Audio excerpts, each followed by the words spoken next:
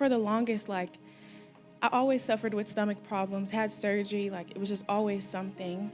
And I believe 2 weeks ago, Pastor Whitney was standing over there next to me, and he felt like in his spirit, like stomach problems. And I came up here and I prayed with Pastor Whitney, and he asked me what my pain level was. And I said it was a 7. And Pastor Whitney told me we're changing that. Like right now, we're changing that.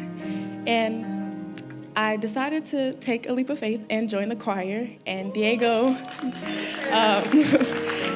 ended up giving me this journal. And I believe the 3rd day I had this journal, and 3 is very specific to me, the Lord called me to renounce 7 things in my life. And one of those 7 things were eating disorders, it was torment, it was childhood trauma, and just so much more. And I just prayed to the Lord, and I was just praying. And on Sunday, I went out with Trayana and Shamar, and we were at Publix, so I stepped on the weight scale. And before I stepped on it, they asked me what my weight was, and it was 145 for the last 2 years. I couldn't gain any weight. If I did, I would lose it in like a day, and that's not healthy.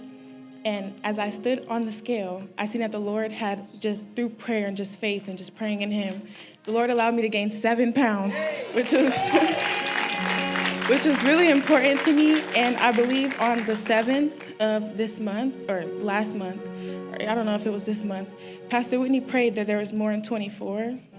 And I was just like seeking the Lord, because I knew that, like, although it wasn't a big problem for me, it was just like people would speak that over my life, like, you're skinny, you're gonna be so skinny forever. And I knew that the Lord would change that for me, and I knew that if I just waited on him and just trusted in the Lord, no matter if I knew, like, if I lost it, that's fine. But I knew that the Lord was gonna allow me to get it back. And it's the first time it's been consistent since last Sunday.